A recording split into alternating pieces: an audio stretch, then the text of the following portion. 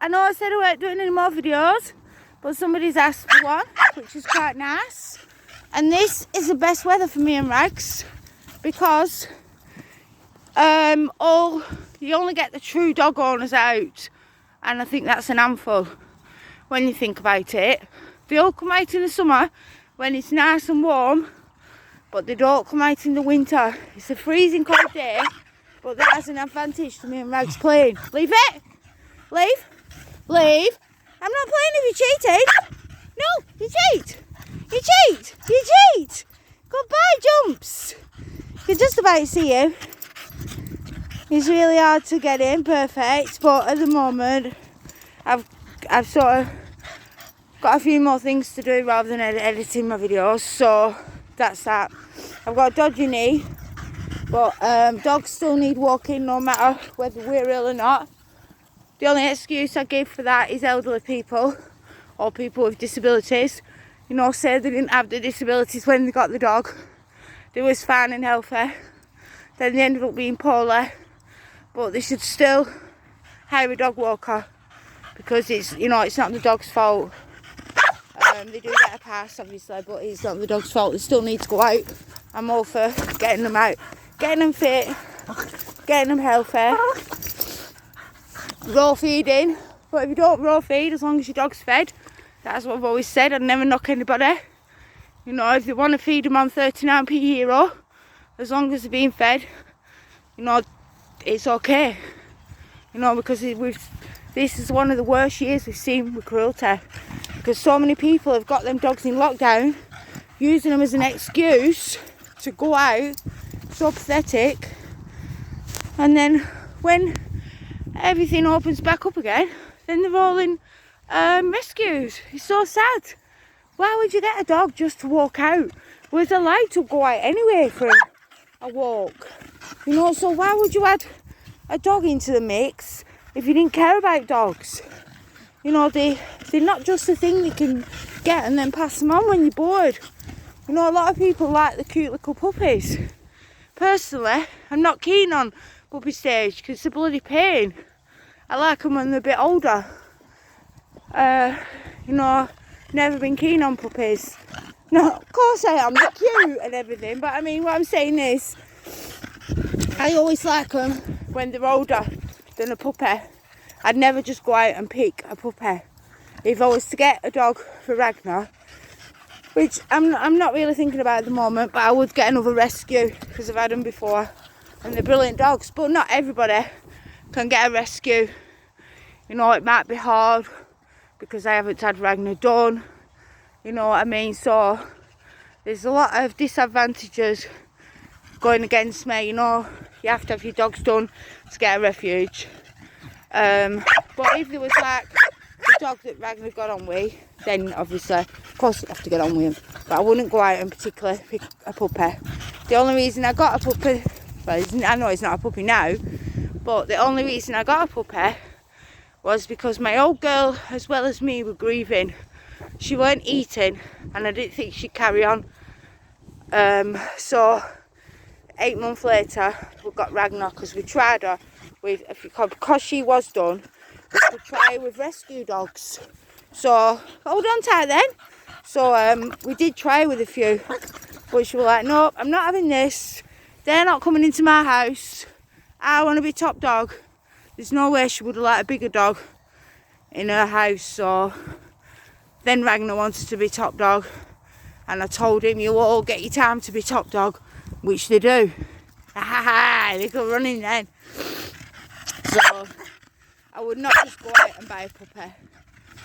And I got from a breeder because I'd had 2 dogs in a row with cancer within 3 years. One luckily survived. The other one, there was no hope for him. I don't want to sadden the story because, like I said, one survived. So, you know, it costs a hell of a lot of money to get better, but money's nothing when it comes to that. No, it's nothing. Health's more important, and our life and our family, than any money. So I forgot what I was talking about. I'm just gibbering on. So anyway, oh, yeah, dogs are just amazing. They're one of the biggest part of my life, you know. But you do have to have a lot of patience for a puppy, and like I said, they're not going to stay that puppy. And a lot of people get them because they're cute. It's like some people want a baby and not a child, and you've got to think when that little puppy grows up, they're not going to be that small. You're coughing, mate. So he loves coming on here. We'll do some proper play in a minute. I just want to do a little video, show his cute face. As he is cute, there's no doubt about that. He's a beautiful boy.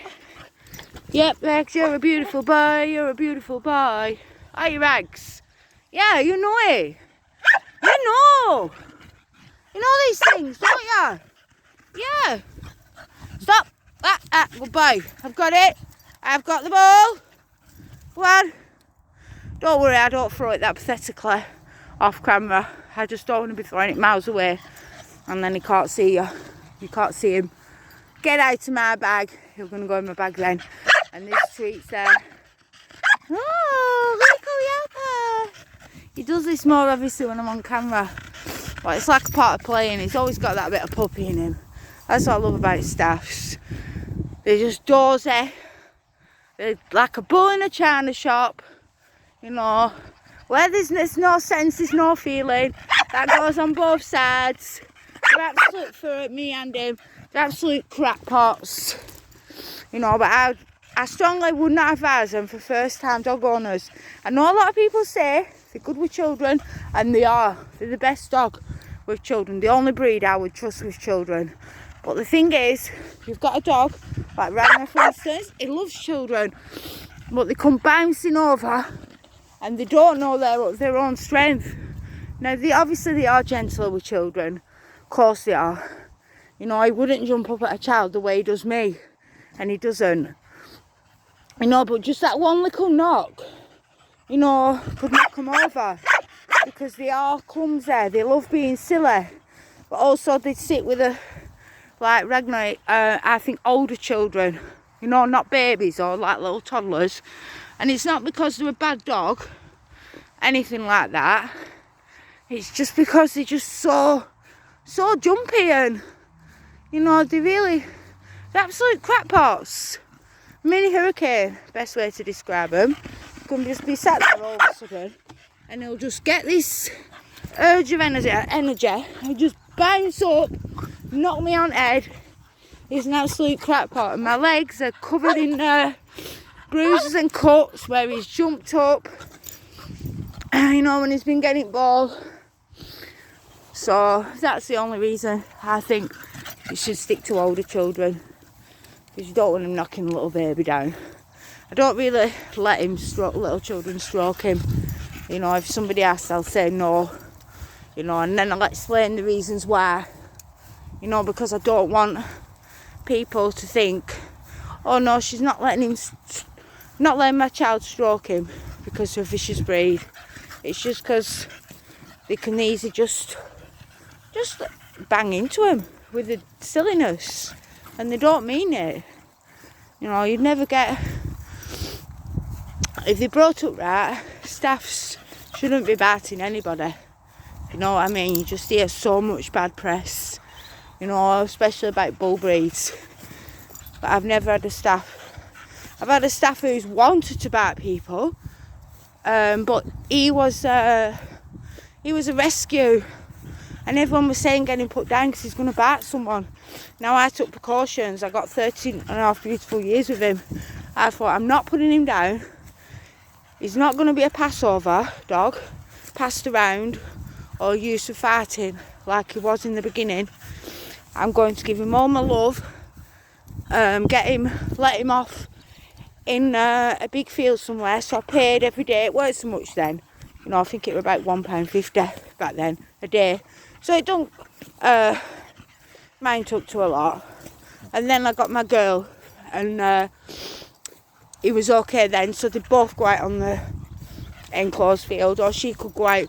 I'd take them separate sometimes, but I did calm him down a bit. But I think sometimes once the damage has been done, it's really hard. But as long as you're looking after that dog and stopping it from biting people, like, he did not get the opportunity to bite anybody. He was it was always find a stick now. It was always in an enclosed place, you know what I mean. It was fine with me, my partner. My daughter was older then, else I wouldn't have got him, you know what I mean. I'm not saying it to bit anybody, but I kept him secure and other people secure, because obviously I didn't want him biting anybody and I didn't want my dog put down. But he had the best life, you know what I mean. Indoors he was like a different dog, loving, but I just couldn't get that. He just would not trust. Some dogs can go on to trust. I'm not saying it's all dogs, but he'd been that badly hurt, he wouldn't trust. He had never been on a lead, out on a lead, and he was 6-month-old. He hadn't even had his injections when I got him. So that goes to show how horrible he was with him. He was kept in a kitchen with a muzzle on for 6-month-old, up until 6-month-old. And then somebody told me about him. These painters who I didn't even know told somebody who I know, and then they rang me and said, do you want him? I didn't even know what he was going to be like. As soon as they said staff, it melted me heart. But I'd have took him any breed. It would have been any breed that day, even though I do like staffs, because I've always, I think I've put it on one of my messages, I've always, from being a young age, I've always rescued animals. I come on once with a little bird, I think I was like 5-year-old, and my dad showed me how to put this like lolly stick onto its leg, and then like a splint, and then we made this like enclosure for it, and took it food and water in, and we're going in every day. And then when its leg had healed, we set it free. And then so from the age of 5, I was always bringing, well obviously I was only on the front street because I didn't get to go far before any of you think I was wanting. So from that age I was always interested in animals. And then when I was about 10, my Martin was about 8, we got his first Staffordshire bull, and it was just amazing. It really was. I'm just gutted that we don't have any pictures of him, you know, but times were different then. I'm talking 38 years ago. So it was a lot of years ago. No internet. When times were good, it was good with no internet. But the only good thing is you can save your pictures and save your videos, you know, like we might have one somewhere. I'll ask my mum to have a good look, because I'm sure she said she had one of him. It looked completely different to the staffs today. You know, it looked more like the old type staffs, but a lot of people say, well, it doesn't look like a staff from like 1980s, but things change, people change. Like, you can have a generation of teenagers and they can be really small, and then the next generation, say what are going up in school, they can be really tall. Do you know what I mean? And it's not that they, you know, he's a pure pedigree. Some people ask me if it's a cross, and I think, do they need glasses? But I think people are so used to seeing ones that aren't bred properly, you know, ones that are like 20 inches, 25 inches or 20 inches. So they're used to seeing not bred ones, ones that aren't bred properly, and then they're thinking they're the pure ones. So that's what I'd say to people. Times do change. His heart's a little bit smaller. I'd say about about 1.5 centimetres difference. And the other ones were really big and stocky, obviously, but they've always been a small dog because they needed them for fighting. So they're not going to create a big massive dog, what they're using for fighting. They need a small muscly dog. I hate that side of them, but that's the history. Oh, sorry, keep you with the head. That's what I mean when I said where there's no sense, there's no feeling. Oh, I didn't mean to. You don't bother. Come on. So they are a bit different, but it's every part of purebred staff. You know, I think a lot of them in the old days, if you look at the old pictures, like Gentleman Jim was the first ever winning one by Joe Mallam, And that one was an absolute cracker. You know, and he did look a bit different to the ones today. You know, but it's really hard to keep up the purebred. Because, firstly, there was bred with, they're saying either a Manchester Terrier or a black and tan terrier. Now, those dogs aren't about much. I think some of them aren't even about. So how can they create the perfect breed? Obviously, then they can do line breeding, you know, to ensure the pureness of the breed. But some people who just want to add a little